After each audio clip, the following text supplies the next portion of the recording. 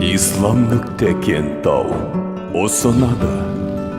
Ұстаз Арман Қуанышбаев. Allahu Akbar, Allahu Akbar, Allahu Akbar.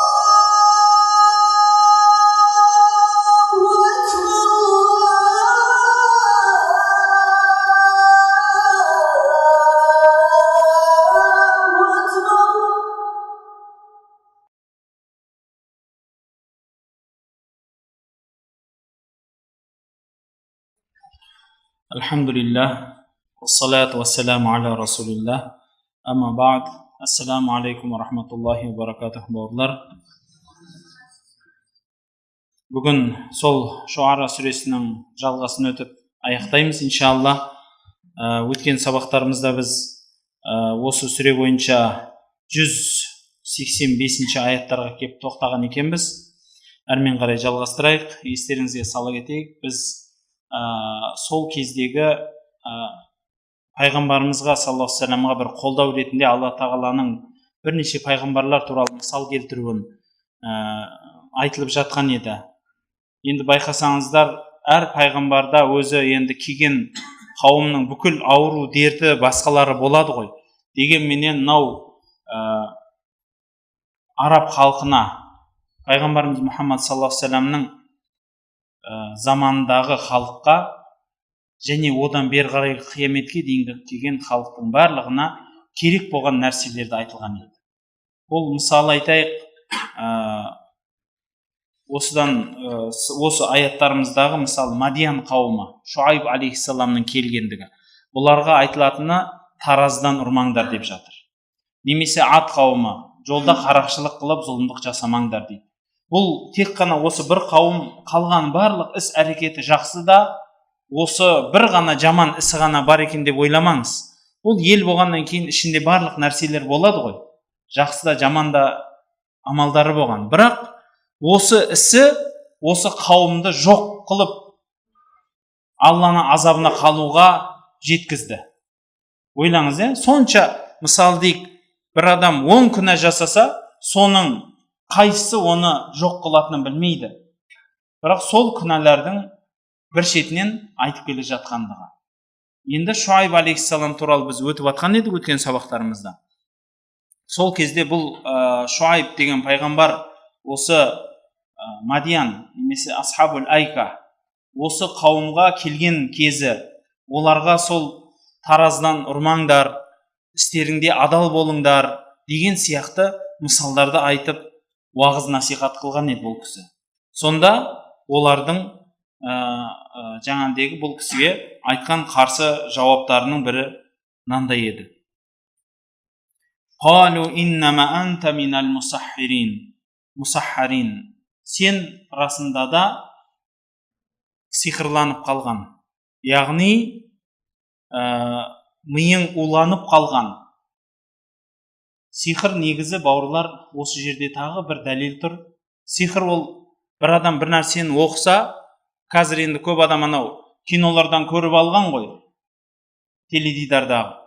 Бір нәрсені оқыса, немесе мультфильмдардан қолыменен немесе сиқырлы таяқшамен бір нәрсені айналдырып жіберсе, анау адам сондайға ұқсап кетеді деп. Онда ешқандай сиқыр үйтіп келмейді, үйтіп жасалынбайды негізі. Бұл жай ғана ертектегі нәрселер. Ал сиқырдың түбінде үлкен бір нәрселер бар. Қарапайым тілде айтқан кезінде сиқыршы адам біріншіден бір арнайы бір дұғаларды оқиды. Ол дұғалар міндетті түрде түсінікті болу шарт емес. Өзі білмеуі де мүмкін. Сиқыршы адам оқиды, бірақ өзінің не оқып жатқанын да білмейді. Түсінбейді. Көбінесе осылай болады. Ал кейбіреулерінде түсінгеннің өзінде негізі кейіншелік сол дәлелденіп бара жатыр халықтың арасында. Халық дегенде осы жын, сиқыр деген мәселеге көп айналысып, соны зерттеген халықтың арасында сол дәлелденіп жатыр. Бұлар сиқыршылар бір нәрсені оқығанда екінші бір сиқыршы жынның көмегіне жүгінгендігін айтады. Басқа бір сиқыршы жынның көмегіне жүгінеді. Ал ол сиқыршы жын мынадан әр нәрсе талап етуі мүмкін. Мысал айтайық, көп адамдар оқып жатқанда байқайсыздар ма, маған қара қойды алып кел, қара тауық алып кел деген сияқты нәрселер. Яғни бұл адамға керек емес, ол тәуіпке ешқандай керек жоқ, ол оны біліп те тұрған жоқ не екенін. Ол жынға керек. Ішіндегі жын өзіне құрбандық талап етіп жатыр. Сіз Аллаға құрбандық сойғандай, жын өзіне құрбандық талап етеді. Соның өзінде ол емі болса ғой, ол жынның. Енді қараңыз, әлгі сиқыр жасалғанда ол емдеудің керісіншесі ауырту немесе бір жамандық алып келу емес пе? Дәл осы сияқты сиқыршы бір басқа сиқыр жасаған кезінде әлгі жын сиқыршының көмегіне жүгінеді. Ол жын сиқыршының қол астында қызметшілері бар, жұмсайтын. Мысалы, сиқыршы бір дұғаны оқиды, ол дұғаны жын ғана түсінеді. Тіпті ол сиқыршы да білмейді не оқығанын. Жын түсінеді, не деген бұйрық келгенін біледі, сөйтеді да қолындағы қызметшілерге бұйрық береді. Мынадай етіңдер. Мысалы, анау кісіні ауыртыңдар. Оны өзінің қолындағы қызметшілері істеуі мүмкін, немесе қарапайым бір бейшара бір көшеде кетіп бара жатқан жынды анау сиқыршы жын ұстап алып, әлгі сиқырланған адамның ішіне салып жібереді. Бұл қанша дәлелденген? Кешіріңіздер, сіздерге енді бұл тақырып біртүрлі болғанмен түсініп алыңыздар деп отырмын. Мысалы айтайық, бір адамға жын немесе сиқырланған кезінде, әсіресе сиқырланған кезінде сиқыр оқып жатқанда әлгі адам жылайды. Ол адам емес, жылап жатқан, ішіндегісі жылайды. Неге? Көбінесе жылайды. Әрдайым емес. Жылаудың себебі ішіндегі жын сиқырланған күйінде кірген. Неге кірген білмейді. Сол кезде ана сиқыр шешілген кезінде сиқыршы жаңа оқылған арқылы оның сиқыры шешілген кезінде ішіндегі жын өзіне келеді. Келсе бір қапастың ішінде тұр, яғни адамның ішінде тұр да ол. Қаяққа қашарын білмейді. Қашайын десе, сіз көрмейміз, сиқыршының сыртынан қарап тұрған үлкен сақшыларын көреді. Қашайын десе, аналар айтады, өлтірем дейді, мынадан кетсең. Содан кейін әлгі сиқыршылар соның айтқанын істетеді анау жынға. Міне осылай болып жатыр. Бұл өте қарапайым мысалдағы келтірген сөздер. Енді қараңыз, сиқыр, мен бұның бәрін айтқым келген нәрсе, әрбір сиқыр жын арқылы жасалынады. Жын арқылы жасалынады. Өзінен өзі, ақалай сүф дегенде анау адам бір нәрсеге айналып кете салмайды. Ол киноларда болады тек қана. Мультфильмде болады. Адамда мына дүниеде міндетті түрде бір себеп, бір нәрсе, жаңағы сүйенетін нәрсе болу керек болады. Солардың бірі, мына Құрандағы аят. Ей Шуайб, сен сиқырланып қалған шығарсың дейді. Яғни саған жын тиген шығар дегенде аят. Пайғамбарымыз есіңізде ме? Пайғамбарымызға да басқа Құранның аяттарында айтады. Мысалы, ең қарапайым мысалдардың бір, бәрімізге әйгілі Нун сүресінің аяқ жағында айтылады. Лиузликуна кафару би абсарин ламма сами'у зикра ва яқулуна иннаху ламажнун ва ма хуа илля зикрул лилаламин. Сонда кәпір болған адамдар көздерімен сені жегідей жеп бара жатады, яғни жек көріп бара жатады. Сөйтіп өздері ойлайды дейді, мынау адам жынды деп ойлайды дейді. Бірақ бұл жын тарапынан келген емес дейді. Өйткені бауырлар, неге жын, неге сиқыр? Себебі сиқырланған жын тиген адамдар сайрап алып тақпақтап жөнеледі екен. Естеріңізде ма?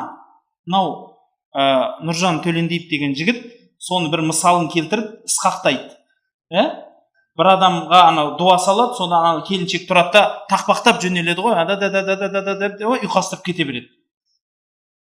Ол бекер емес. Ол кісі ысқақ болған өмірден алды да. Негіз өмірде бар нәрсе ол. Өмірде бар нәрсе ол. Мынау аққу, сұңқар дегендердің кешкен күні осы. Олар сол әулиелі жерлерге барады, бірақ о жерден жақсылығын емес, кілең жын шайтанды ішіне қондырады да сол ішіндегісі сайрайды. Міне Құранда айтылғаны содан. Бір пайғамбар келіп Құран аяттарын оқып, сайрап оқып бара жатқан кезінде, мысалы, Алхамдулиллахи Раббил Аламин, Ар-Рахманир Рахими, Малики Яумиддин, Ияка набуду ва Ияка настаин деп айтып атса, анау адам өзі айтып тұрған жоқ, ішінде жыны сөйлетіп тұр деп айтады. Сөйтіп айтқан пайғамбарымыз. Міне сол сияқты бір сондай жерлерге барып алады да бұл кісілер. Сол жерден жын тигізіп, сайрай жөнеледі. Ішіндегісі сайрайды сосын. Жаңағыдегі ақтырма, қаласаң жақтырма деген сияқты нәрселерді айтады. Енді ол мысал ретінде тақпақтай кетеді. Өлеңді өмір ұйқастырмайтын адамның өзі өлең шумақтарын сондай керемет ұйқастырады, таң қаласыз. Дәл осы сөз Мұхаммед алейхиссаламға пайғамбарымызға айтылғандай, басқа пайғамбарларға да айтылған екен ғой. Міне, Шуайбқа айтылып отыр. Сен сиқырланғансың деп отыр. Сен емес, ол ішіңдегі жын ол сөйлеп отқан деп отыр да. Байқадыңыз ба? Өйткені сол кездегі қауымға белгілі екен. Бір адам сондай бір уақиғаларды айтып, болақ шақты айтып, өткен шақты айтып, сондай бір тылсым дүниені айтып жатқан кезінде бірден түсінеді екен халық. Мынау жынмен сөйлеп тұр дейді екен. Не сиқырланған, не ішіне жын кіріп кеткен дейді. وَمَا أَنْتَ إِلَّا بَشَرٌ مِثْلُنَا وَإِنَّ ظُنُّكَ لَمِنَ الْكَاذِبِينَ. Біз сені тек біз сияқты бір адам деп білеміз. Және біз сені жалғаншылардан деп ойлаймыз дейді. Пайғамбар осы Мұхаммад саллаллаху алейхи вассаламға айтқандай, дәл осы сөзді Шуайб алейхиссаламның қауымы да осылай айтқан екен. Сен біз сияқты қарапайым адамсың, ешқандай пайғамбар емессің, және сен жалғаншысың деді. فَأَسْقِطْ عَلَيْنَا كِسَفًا مِنَ السَّمَاءِ إِن كُنْتَ مِنَ الصَّادِقِينَ. Ендеше аспанның бір бөлшегін бізге түсірші, шын айтатын болсаң деді.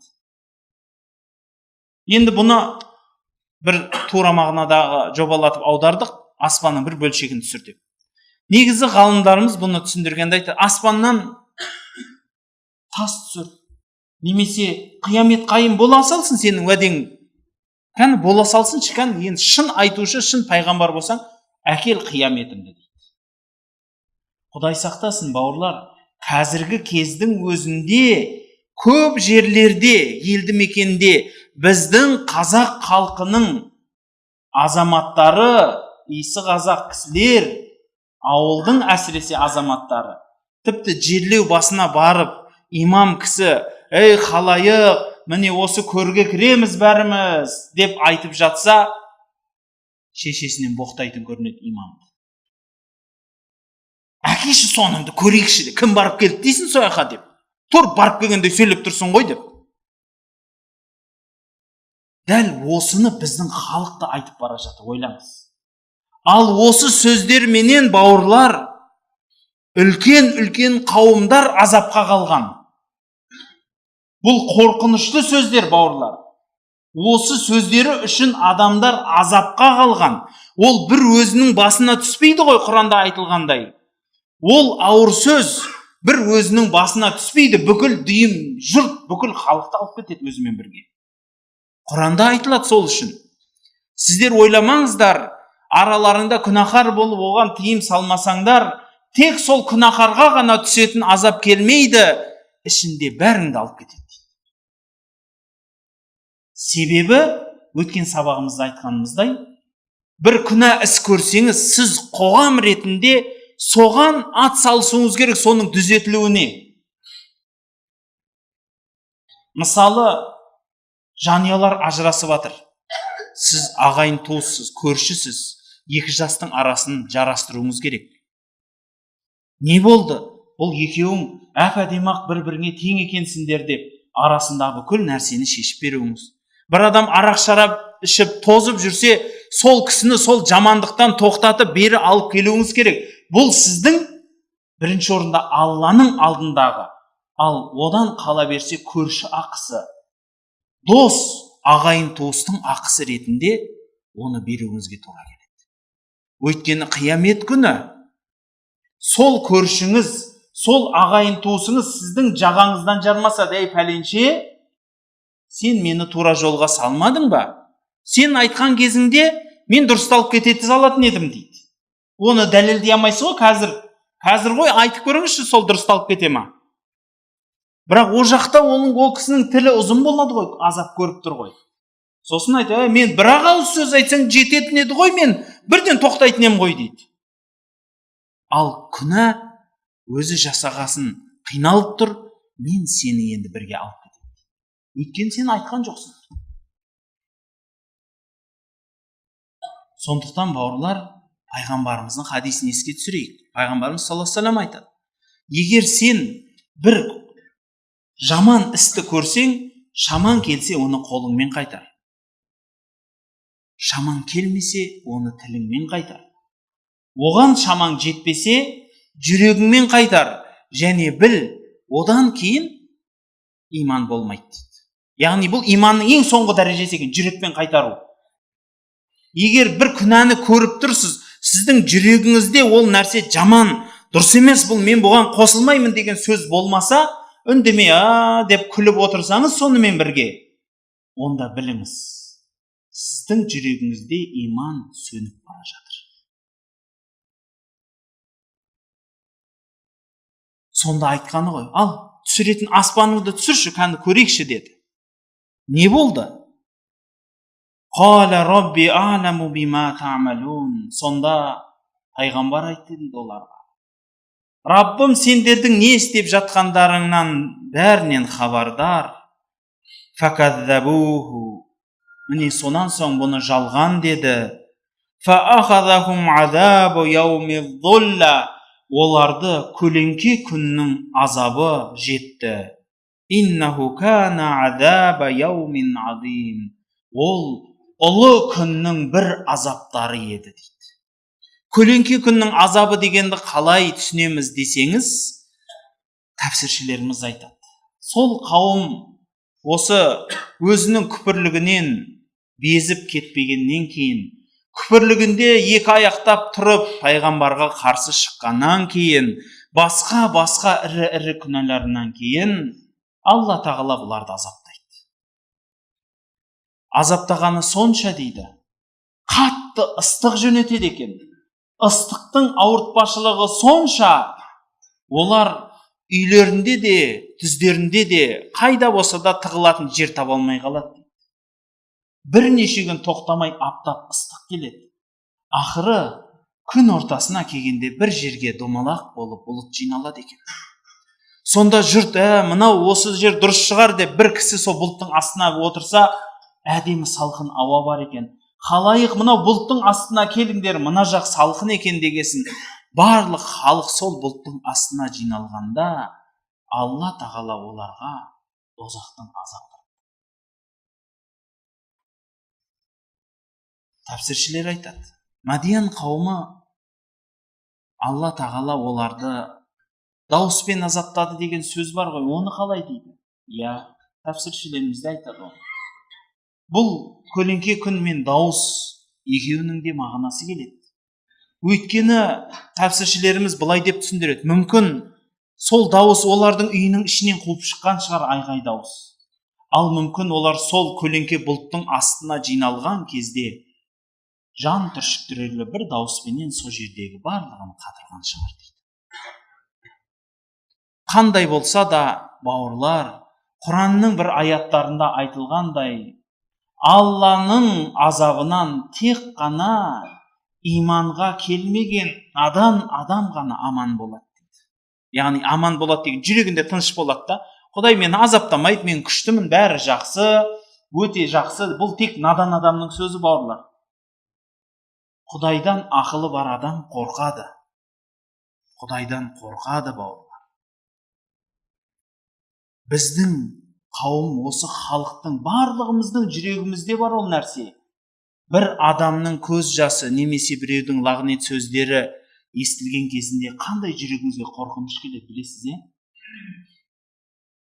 Мысалы, біреу соншалықты жаңағыдегі Құдайға жалынып тұрып, ой, Аллахым деп тұрып, сізге қарсы бір жаман сөз айтса, қандай қорқып кетесіз?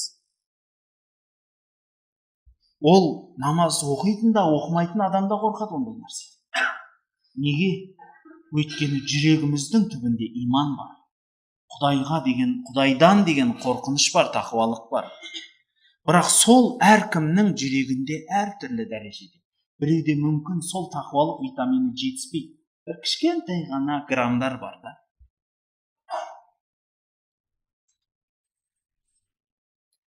Инна фи залика ла ая. Бұл уақиғада әрбір мұсылман үшін Алланың құдіретін білдіретін аят бар, белгі бар.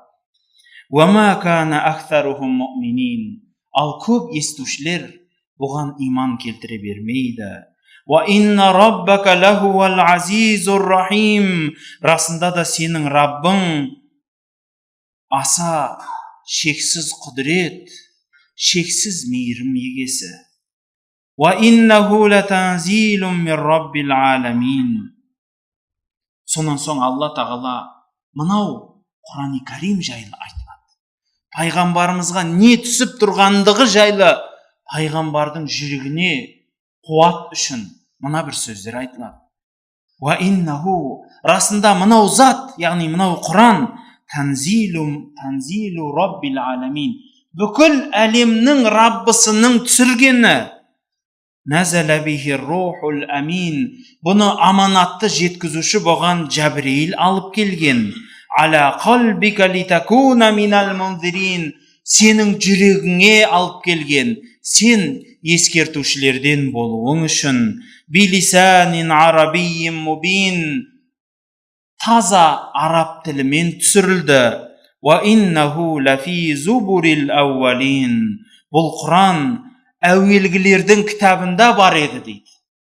Шыны керек, біз білмейміз, бірақ мынау Құрандағы айтылғаны бойынша бұл Құран жайлы тағы да бір пайғамбар келеді, және ол сіздерге кітап алып келіп, Құдайдың сөзін алып келеді сіздерге деген Інжілде де, Тауратта да, Забурда да бар екен. Сіздерге бір қияметке жақын бір пайғамбар келеді, және Алланың сөзін сіздерге жеткізеді деген сөз бар екен.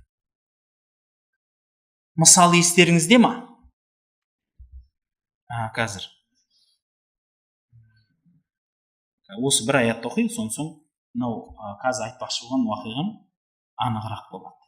Әуәләм якуллаху аятан ай я'ламаху уламау бани Исраил, валау наззалнаху ала бани Исраил.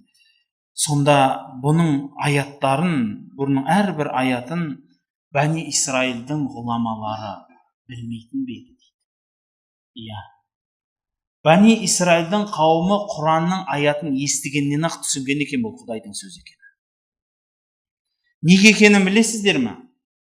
Естеріңізде ме? Мұса пайғамбар Фирауынға келіп, өзінің пайғамбар екендігін айтқанда, өзінің Алланың берген мұғжизаларын көрсеткен кезінде Фирауын не деді? Сиқыршыларды алып келдіңдер. Сонда бүкіл сиқыршылар келіп, Мұса алейхиссаламға келіп, ал көрсет сиқыршылығыңды дейді. Сөйтіп, бұлар да сиқыршыны көрсетпекші, әртүрлі жіптерін, ағаштарын тастағанда, Мұса пайғамбарының асатаяғы жерге түсе салып, аналардың жіптерін, ағаштарын жұтып жатқан кезінде сиқыршылар не түсінді? Сізбенен біз қара халықпыз, түсінбейміз ол нәрсені.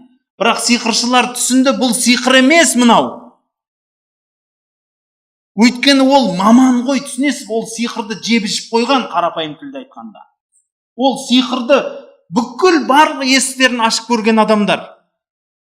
Сол кезде түсінді, мынау адам сиқыршы емес, мынау Құдайдың құдіреті деді. Сол үшін сол сиқыршылар бірден сәжде қылды. Біз мынау Мұса менен Харунның Раббысына бас идік деді. Фирауын мен сендерді өлтірем десе де бәрібір болды. Неге? Себебі Құдайдың құдіретін көрді.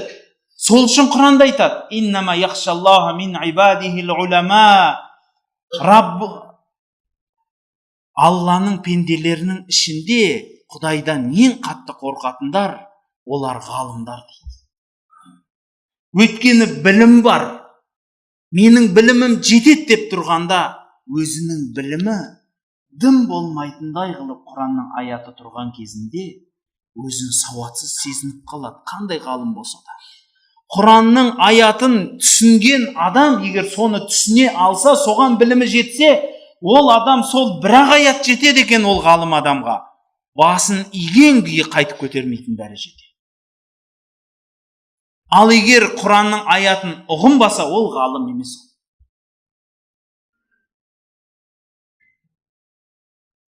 Сол үшін Құран туралы айтылғанда айтады: Бани Исраилдің ғұламалары бұның Алланың аяты екенін білген жоқ деп ойлайсың ба? Білді. Өйткені олардың кітабында жазылған еді бұл нәрсе. Қанша дәлелдер бар, мысалы айтамыз ғой. Омар халифа, сол кісінің дәуірінде Құдыс шаһарында, Палестин жері ғой қазіргі. Құдыс деген қаланы, ең үлкен орталық қаласы, қоршауға түскеннен кейін, соның ішіндегі ғалымдары тұрып, мұсылмандарға былай дейді: жарайды, біз қаланың кілтін береміз, бірақ бір шартыменен Омар халифаның өзі келсін дейді. Омардың өзі келеді алдарына. Сол дарбазадан кіріп келе жатқанда, сол қауымның дін басы, өте білікті адам, қарап көреді. Екі адам кіріп тұр дарбазадан. Бірақ қайсысы құл, қайсысы оның егесі екенін ажырата алмайды. Киімінен де, істеген ісінен де. Екеуіне қарап тұрады да, мынау нағыз пайғамбардың мектебі дейді. Мынау кісі, қайсысы Омар болса да, соған кілтті беріңдер дейді. Бұл қиянат қылмайды. Бұл шын пайғамбардың мектебін көрген адам. Түсінесіз, білім егесі қандай? Немесе Абдулла ибн Хузафа деген бір сахаба болған. Пайғамбарымыз көзі кетіп қалғаннан кейін, дәл сол Омар халифаның заманында Абдулла ибн Хузафа деген кісі тұтқынға түсіп қалады. Рим империясына, Визант империясына. Сол византиялықтармен соғысып жатқан шамада. Сонда сол тұтқынға түскендердің ішіне бір-ақ сахаба екен. Бір ғана сахаба. Сонда бұл мына пайғамбардың көзін көрген деген сөз сол жердің қолбасшысына жетуіменен қолбасшы оның алдына алдырады. О кісіменен әбден сұхбаттас болып, анау кісінің сөздеріне, мінезіне, жүріс-тұрысына, батылдығына бәріне қызығады ғой. Неге? Өйткені пайғамбар тәрбиелеген адамды көріп тұрды. Білімді адам, ол патша, сол жердің патшасы. Анау адамды сыншы ғой, көрді да түсінді да, мынау тегін адам емес. Мынау пайғамбардың мектебін көріп өткен адам, қара жаяу емес бұл. Сол үшін айтты: сен дініңді таста. Дініңді тастасаң, мен саған жарты патшалығымды берем, ал қалған жарты патшалықта екеуміз серік боламыз. Ойласаңшы. Бірақ сен менің досым болып жанымда жүрші. Бұны қайтара алмады. Қанша қинаса да, басқа қылса да, ең ақыры үлкен қазанға май салдырып, қайнатып, сақырлатып, мұсылмандарды алып келіп лақтырып жатады. Мынаны да бірге лақтырыңдар деп. Сол кезде барып жылайды анау сахаба. Сонда күледі: сындырдым ғой мен. Сындырдым ғой мен мынаның жүрегін деп. Неге жыладың? Менен рахым сұрайын дедің ба? Қорықтың ба дегенде, жоқ. Мынау жігіттер менен жәннатқа озып кетіп жатқанына қызғанышпен жыладым. Жәннатқа озып кетіп жатыр мынау жігіттер менен. Алла Құдай маған шашымның көптігіндей жан бергенде, әрбір тал шашым жаным болса, сол жанның әрбірін осылай өл деп айтар едім. Содан анау кісінің риза болғандығынан таң қалып, екі қолы салбыраған күйінде бір өтінішім бар. Маңдайымды сүй, мен сені азат етемін. Сонда әлгі кісі айтады: егер сен бүкіл осы жердегі мұсылмандарды азат қылатын болсаң, мен сенің маңдайыңды сүйемін. Бүкіл мұсылмандарды азат етеді. Маңдайын сүйеді. Сахаба. Өйткені пайғамбардың көзін көріп, сонымен бірге жүрген адамның киелілігін, ұлылығын ол түсініп тұр. Дос бола алмады. Еш болмағанда маңдайыңды сүйіп кетсін. Маңдайын сүйіп, бүкіл мұсылманды ертіп кетеді. Оны естіген Омар халифа айтады. Халайық, бүкіл исі мұсылманның әрбірі осы Абдулланың маңдайын сүю парыз болады.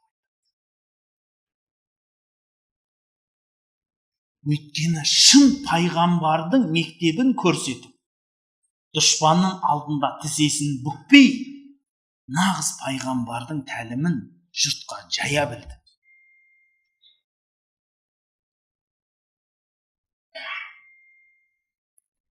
Бұның барлығы қайдан шықты? Бұның бәрі осы Құран сөзіндегі мағыналардан шығып келе жатыр, бауырлар. Кәпірлер, солардың ішіндегі ғалымдар мынау Құранның айтылғанын шын Алладан екенін біледі екен. Егер жүрегінде нысабы болса, білімі болса, көкірегі ояу, білімі жетерлі адам Құранның аятын оқыса, басын емей қоймайды бауырлар. Сөзді жалғамай тұрып бір мысал айтайыншы. Бір кісі айтады.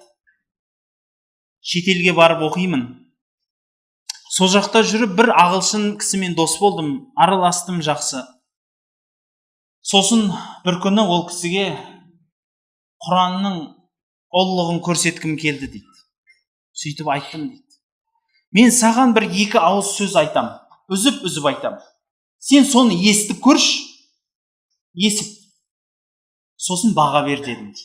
Ол арабша білмейді дейді. Мүлде арабша білмейтін адам. Сөйтіп оған араб шайырларының бірінің өлеңін оқып бердім дейді бірінші. Өлең оқып бердім, қара өлең, әдемі қып, керемет қып келістіріп өлең оқыдым дейді. Сөйтіп тоқтадым. Бұл бір дедім дейді. Сосын Құраннан аят оқып бердім дейді.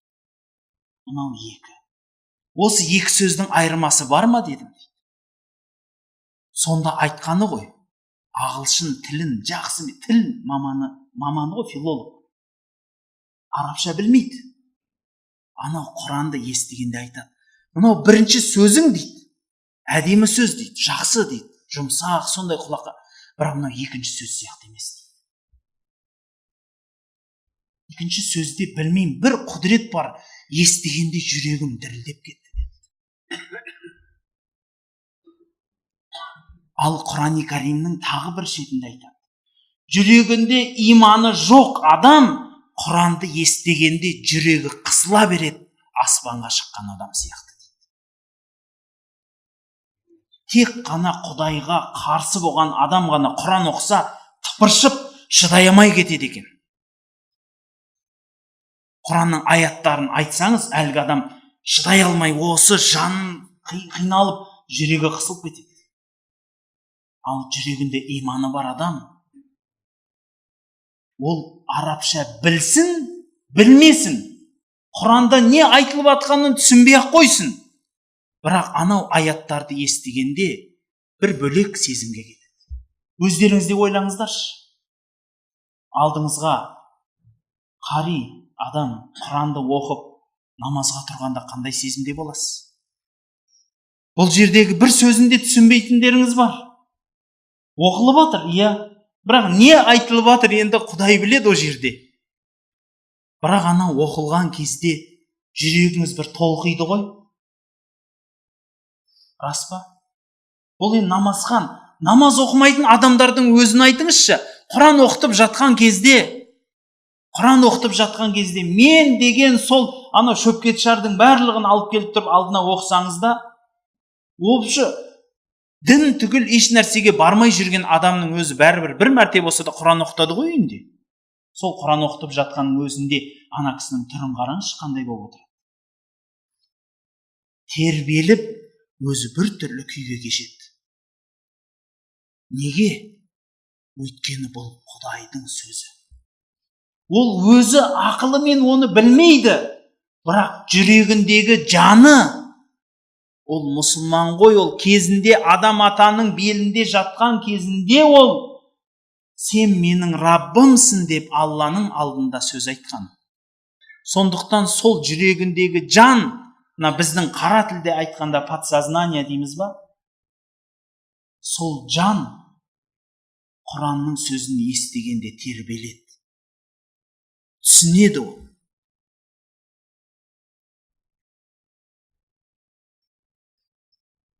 وَلَوْ نَزَّلْنَاهُ عَلَى بَعْضِ الْأَعْجَمِينَ. Егер бұл Құранды біз кейбір араб емес адамдар арқылы түсіргенде, فَقَرَأَهُ عَلَيْهِمْ, бұны арабтарға барып оқып берсе ол адам, مَا كَانُوا بِهِ مُؤْمِنِينَ, оған иман келтірмейтін еді дейді. Неге білесіз ба? Арабтар қашатын еді о кезде. Себебі арабтар Құран сияқты сөйлей алмайды. Құранның тазалығы сонша. Түсінеді, бірақ Құран сияқты сөйлей алмайды. Себебі Құран бұл Алланың сөзі. Құранда бірнеше жерде уәде келтірілген. Егер шыншыл болсаңдар, Құранның сүрелерінің бір сүресіндей сүре жазып беріңдерші дейді. Жаза алмайсыңдар дейді. Одан кейін тағы да айтады, жарайды, бір сүре емес, Құранның бір аятындай, бір ауыз сөйлем жазып беріңдерші, ешқашан жаза алмайсыңдар дейді. Арабтарға айтып отыр бұны. Жаза алмайды. Сол үшін о кезде егер бір тілі бөтен адам, араб емес адам кеп оқыса, өзі арабша екенін түсініп тұр, анандай қылып айта алмағаннан кейін, бұл араб емес адам ғой, сондықтан біз бұған тіліміз келмей жатыр дейтін еді. Түсінесіз ба? Қашатын еді одан. Бірақ Мұхаммед кім? Саллаллаху алейхи ва саллям көздерінің алдында өскен кішкентай бала күнінен сол жерде тәрбиеленіп өскен кісі ғой ол. Араб, өздерімен бірге бір сөйлейтін. Сөйлегенде қарапайым кәдімгі арабша сөйлеп отырады. Құран оқы десе, таза арабтың ең тәжі болған Құран тілімен сөйлейді. Міне сол сөздерді айтпақшы болды Алла Тағала. Кәзалика салакнаху фи қулубил мужримин. Біз осылайша Құдайға сенбеген күнәһарлардың жүрегіне имансыздықты алып келеміз. Ла юъминуна бихи хатта яраул адабал алим. Олар Құранға ауыр азапты көргенге дейін ешқашан сенбейді. Күші жоқ Құранның алдында сөз айта алмайды, бағынуына кеп тұр, бірақ ана жүрегі сенбей тұр ғой, имансыз болып тұр ғой. Сондықтан оған тек қана қысылады жүрегі. Мен оны өзімнің өмірімде де көргенмін. Бір күні бір христиан, қазақ кісі, христиан кісімен сөйлесіп отырмын. Ол кісі сөйлеп атса, мен оған міне Құранда былай деген деп Құранның арабшасын оқимын, сосын оған аударып беремін. Тағы да арабша оқимын, сосын аударып берсем, әлгі кісі айтады, сол арабшасын оқымай былай қазақшасын айта берші, қиналып кеттім дейді. Қарасаңызшы, анау арабша Құранды оқып атқаннан анау жүрегі бөтен адамның жүрегі қысылып атыр ғой. Мен өзім естігенмін соны. Әлгі адам айтады ғой, соның сол Құранны дейді, былай қазақша орысша айта берші дейді. Арабшасын оқу міндет па? Оқымай қойшы сол арабшасын дейді.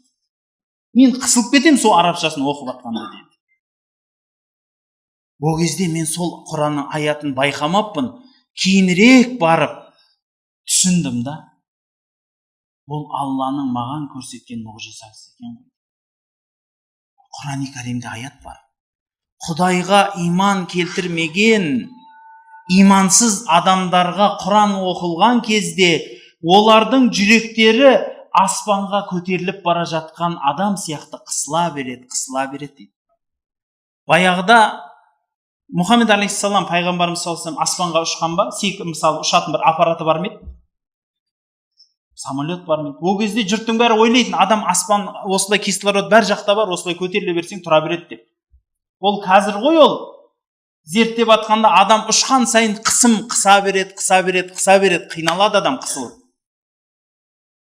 Ал бұны Құранда 15 ғасыр бұрын айтып қойған. Адам аспанға көтерілген сайын қысылатынын. Міне, осындай Құранның аяттары жүрегінде иманы жоқ адамдарға азап болғанға дейін олар сене бермейді екен, аяттар кеседе.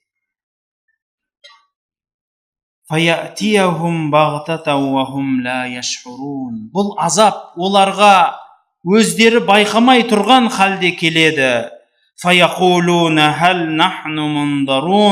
Сонда олар айтады екен, бастарына азап төніп тұрған кезінде, бізге кішкентай уақыт берсеңдерші дейді екен.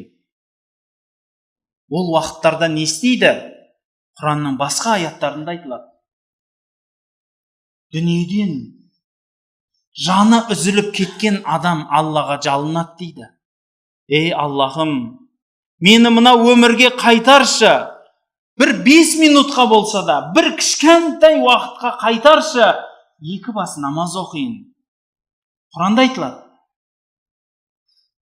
Қала раббиржиун. Раббым, мені қайтаршы дейді екен. Не үшін? Амалу салихан фима тарак. Өзім тастап кеткен мынау дүниеде салихалы, ізгі, сауап амалдар жасап қалайшы дейді екен. Сауап амалдарды көбірек жасап қалайыншы, мен түсіндім, мені қайтаршы, болды, екінші істемеймін дейді. Бірақ, бауырлар, Алланың уәдесі бар. Адамның жанын алады екен, ол қайтып келмейді.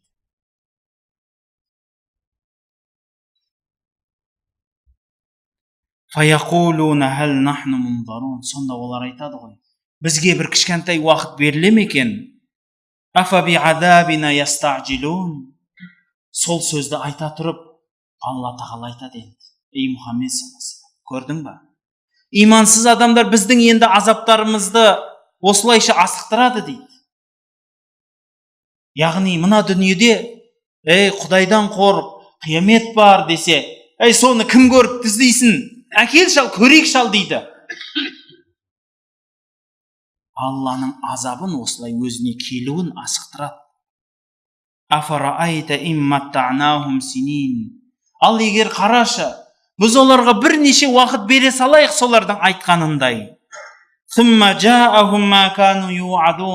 Сонан соң оларға біздің уәде берілген нәрсе келсе, олардың берілген уақытта пайдаланып қалған нәрсесі оларға ешқандай пайда бермейді. Бір кішкентай өмір бер деді, ал бере салайық. Бірақ олар сол кішкентай өмірде қайтадан сауап амал жасайды деп ойлайсыз ба? Жоқ. Жүрегінде иманы жоқ адам қысылған кезде ғана Құдайын ойлайды. Ал оған басына бостандық берілгенде қайтадан бәрін ұмытып кетеді. Мына дүниенің өзі солай емес па? Қанша көріп жүрміз сондай адамдар? Қанша көріп жүрміз? Басына іс түскенде 5 уақыт намазын оқып, Алла Құдай деп мешіттен шықпайды. Бір күні жағдайының бәрі дұрысталғаннан кейін, ей намаз десе қолым тимейді. Ораза десе, ей жұмысты кім істейді, нанды кім табады ол кезде мен ораза тұтсам? Мен жұмысым ауыр, ана бала шағам көп, соның бәрін бағуым керек дейді. Ал егер өліп қалса ше? Өліп қалса сонда ана қабірінің ішінен тұрып күніге нан әкеп бере ма баласына? Жоқ. Біз өлмейтін сияқты ойлаймыз ғой. Адамның өмірі қанша екенін кім біледі? Сол үшін халық айтады ғой, есектегі өле ма, төсектегі өле ма дейді. Бір адам төсекте жатса ойламаңыз ол өледі деп. Қанша көрген біз?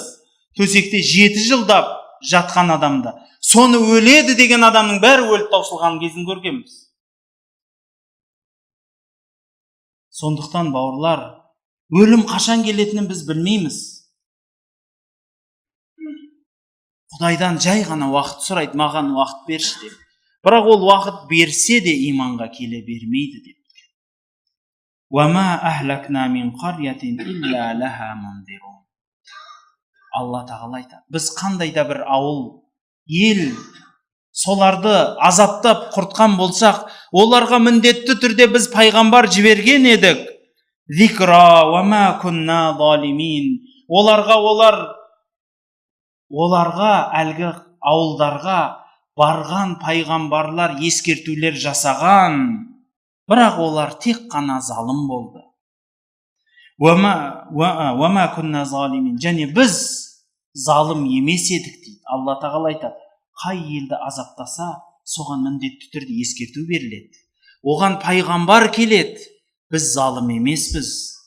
وَمَا تَنَزَّلَتْ بِهِ الشَّيَاطِينَ.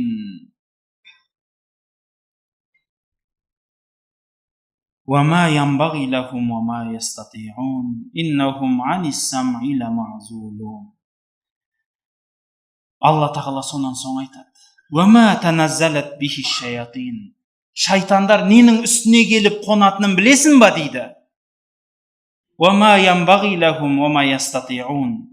Мынау Құранды ол шайтандар алып келген жоқ.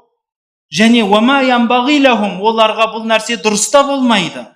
وَمَا يَسْتَطِيعُونَ, бұны алып та келе алмайды олар. Жын алып келген жоқ бұны. إِنَّهُمْ عَنِ السَّمْعِ لَمَعْزُولُونَ. Олар өйткені Құранды естуден ұзақтастырылған. Жын сүресін оқып көріңізші. إِنَّا لَمَسْنَا السَّمَاءَ فَوَجَدْنَاهَا مُلِئَتْ حَرَسًا شَدِيدًا وَشُهُبًا. Біз аспанға жеткен кезінде оны толып тұрған жұлдыздар менен періштелер қылып көрдік дейді. Ал біз солардың жанына бара кетсек, олардан ұшып келіп бізге от жоқ қылып күйдіріп жіберетін деп айтады. Бұл жындардың айтқан хикаялары. Рас, Құранға жындар жақындай алмайды. Сондықтан мынау пайғамбарымыз саллаллаху алейхи вассаламға жын шайтан алып келген жоқ. فَلَا تَدْعُ مَعَ اللَّهِ إِلَهًا آخَرَ فَتَكُونَ مِنَ الْمُعَذَّبِينَ. Ендеше Алланың жанына басқа бір серік қоспа. Олай ететін болсаң, азапқа қалған адамдардан боласың. وَأَنذِرْ عَشِيرَتَكَ الْأَقْرَبِينَ. Өзіңнің жақын ағайын туысыңды ескерт. وَخْفِضْ جَنَاحَكَ لِمَنِ اتَّبَعَكَ مِنَ الْمُؤْمِنِينَ. Мұъмин болған адамдарға қанатыңды жай, яғни мейірім жаса. فَإِنْ عَصَوْكَ فَقُلْ إِنِّي بَرِيءٌ مِّمَّا تَعْمَلُونَ. Ал егер олар сенің айтқаныңды істемесе, мен сендерден пәкпін деп шетке тұра қал. Бұл пайғамбарға түскен ескерту аяттарының бірі еді. Бұл аяттар үкімнен жойылған. Кезінде пайғамбарымыз саллаллаху алейхи вассалам жасырын уағыз жасайтын. Пайғамбар болып келген кезінде жасырын уағыз жасайтын. Бұлай айтпайды мен пайғамбармын деп. Жақын достарына, ағайындарына солай айтатын. Мынау аят түскен кезінде бұл кісі Құрайш қауымының бәріне шықты. Әндір аширатакал ақрабин деген ағайын туысыңның бәрін ескерт дегесін пайғамбарымыз саллаллаху алейхи вассалам халықтың алдына шығып әшкере уағыз айта бастады. Халайық, мен сіздерге жөнетілген пайғамбармын дей бастады. Міне сол үшін сол уақиғаларды айтып жатыр. Қазір ол тек қана ағайын туысыңа емес, басқа барлығына да келетін аяттар келді. Бұл аяттар басқа бір келген аяттардың үкімімен жойылды. Ол жерде жаңағыдегі басқа мағыналарды иншалла келе бере түсінерміз. Дегенмен мына жерге айтқым келген нәрсе, бұл үкімі жойылған аят болса да мағына тарафынан халайық сіз бен бізге сабақ бола алатындай жетерлі дәрежедегі мағыналар еді. Өйткені біліңіз, пайғамбарымыз саллаллаху алейхи вассаламға бір кісі келіп сұрайды, садақаны, жақсылықты кімге жасайын дегенде, бірінші өз басыңа жаса, одан артылса жақын өзіңнің жанұяңа, одан артылса ағайын туысыңа, солайша үлкейіп кете бересің деп. Яғни әрбір жақсылық осылай жасалғандай, уағыз насихат та осылай жасалынады. Бірінші өзіңіз уағыз аласыз, екінші жанұяңыз, үшінші ағайын туысыңыз, осылайша үлкейіп кете бересіз. Ал білесіздер ма, осындай жолды кейбіреулер ұстанбайтыны да бар. Мысал айтайық, солардың біреуі таблиғ жамағаты. Бұл жамағат өзін уағыздайды, өзінің жанұясын уағыздамайды. Басқа жаққа, өзін танымайтын жаққа 3 күндікке, 1 аптаға, 40 күнге барады. О жаққа ешкім танымайды, о жақта тақуа бола береді ғой. Оны кім екенін кім білсін? Ана жерде басын иіп, сондай бір керемет тақуа болып уағыз айтады, сөз айтады. Мүмкін сол қандай да бір әсер қалдырды, бірақ бұл пайғамбарымыздың алып келген уағыз жасау жолы емес. Міне пайғамбарымызға қалай уағыз жасау жолын айтылған. Бірінші өзі және өзінің жақындары осылайша үлкейіп кете бер деп айтады.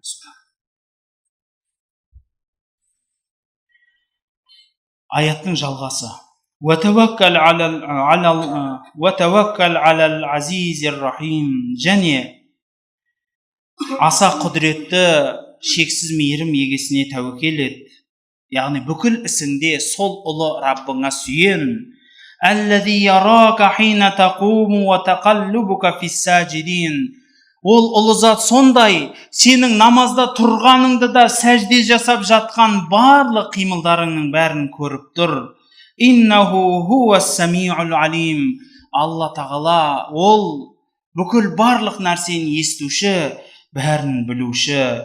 Хал унаббиукум ала ман таназзалу шаятин. Шайтандар кімнің үстіне түсетіні туралы хабар берейін ба? Иннаху таназзалу ала кулли аффакин афим. Шайтан әрбір жалғаншы күнәһардың үстіне түседі. Юлқуна сам'a ва актарухум кадибун. Олар жалған сөзге құлақ салғыш болады және көпшілігі жалғаншы болады. Ва-шу'арау ятбаухумул ғаун. Ал шайыр ақындардың артынан көбінесе ақымақтар ереді. Алам тара аннахум фи кулли вади яхимун. Байқамайсыздар ма? Сол шайырлар бүкіл сай салада айналып жүреді. وَأَنَّهُمْ يَقُولُونَ مَا لَا تَعْلَمُونَ. Олар مَا لَا يَفْعَلُونَ. Олар өздерінің істемейтін нәрселерін айтады. Байқайсыздар ма? Ислам діні кезінде өлең сөзге қарсы болды. Осы аяттар соны білдіреді. Неге қарсы екендігі? Себебі шайыр адам сай саланы кезіп жүреді дейді, жынды адам сияқты. Онысы аздай өзінің істемеген сөзін істедім деп айтады. Өлең сөздің бәрінде асырма өлең бар ғой, білесіз де. Ешкім мысалы көбінесе өлең сөз бір әдемілеп дәлме-дәл бірді қоссаң екі деп үйтіп айта қоймайды. Ананы суреттеу керек қой, ісіру керек. Қосады. Бір-екі нәрсесін қосып жібереді, бір-екі нәрсесін алып жібереді. Сондықтан өлең сөзді Құранға шатастырмаңдар деген мағынаны айтады. Бірақ Алла тағала өлең жайлы сөзді былай жалғайды. Иллаллазина аману ва амилус-салихати ва закаруллаха катира. Тек Аллаға иман келтіріп, салихалы амалдар істеп, Алланы көп зікір еткендер олай емес. وَانْتَصَرُوا مِنْ بَعْدِ مَا ظُلِمُوا. Зұлымдық көргеннен кейін Аллаға жәрдем бергендер де олай емес. وَسَيَعْلَمُ الَّذِينَ ظَلَمُوا أَيُّ مُنْقَلِبٍ يَنْقَلِبُونَ. Сендер залымдардың қай жаққа қарай бұрылып кеткендігін жақын арада көресіздер. Шайырлардың ішінде Зайд ибн Сабит сияқты, Абдулла ибн Рауаха сияқты шайырлар болды пайғамбардың жанында. Сонда осы аяттар келген кезінде бұл кісілер қорқып қалды. Сонда Алла тағала шайыр болған, ақын болған адамды осынша жамандады. Мен өлеңді тастайын ба сонда деген кезінде Құран аятының жалғасы түсті. Тек қана иман келтіріп, жақсы амалдар жасап, Алланы көп еске түсіріп, өзінің өлеңі менен осы исламға қуат бергендер олай болмайды. Яғни дұрыс сөзді айтып, Құдайдан қорқатын сөзді айтып, өлең жазған адамдар олай емес деді. Сол үшін пайғамбардың алдына бір шайыр келіп пайғамбарымызды мақтаған кезінде пайғамбарымыз ол кісіге ақша берген. яғни дұрыс деген сөзін айтқан. Бір кездерінде сондай бір керемет арабтың шайыры исламға келеді. Сонда мұсылмандар менен кәпірлер екеуі сөз таластырып отқан кезінде әлгі шайыр келіп, не деген әсем өлеңдетіп, енді шайыр адаммен сөз таластырып бола ма, айтыңызшы. Бір ақын адам келіп тұрса, оны мен не деп айтысасыз, дұрыс па? Айтыс арабтарда да болған екен, біздің қазақ халқы сияқты. Бірақ біз сияқты домбыра ұстамайды, олар қара сөз, кәдімгі тұрған жерінде ешқандай музыка аспабынсыз былай өлең сөздермен айтады. Сонда мұсылмандар мен кәпірлер сөз таластырып тұрғанда, бір мұсылманның шайыры, ақыны келіп, керемет сөздерді тізбектеген кезінде сол жердегі кәпірлер көздеріне жас алып, біздің күніміз енді не болды? Мынау мұсылмандарға не деген ұзын тілді жігіттер кіріп кетті деген екен. Анау кісіге қайтаратын сөз таба алмай қалған ғой.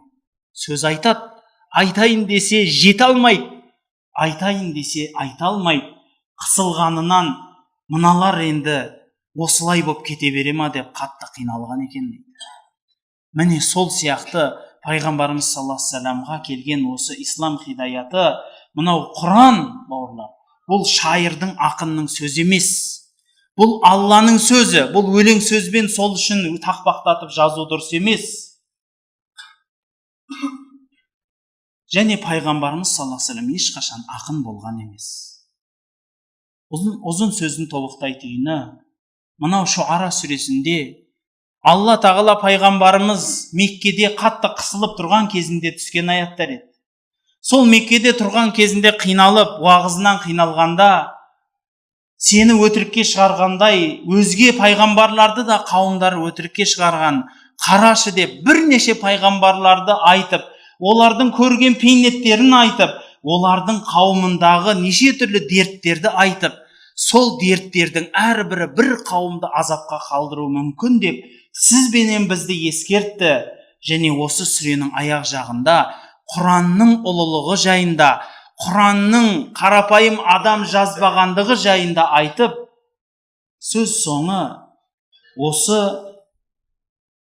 өлең сөз қандай екендігін айтып кетті. Абай атамыз айтпақшы, өлең сөздің патшасы, сөз сарасы деген рас сөз екендігі Құран менен дәлел.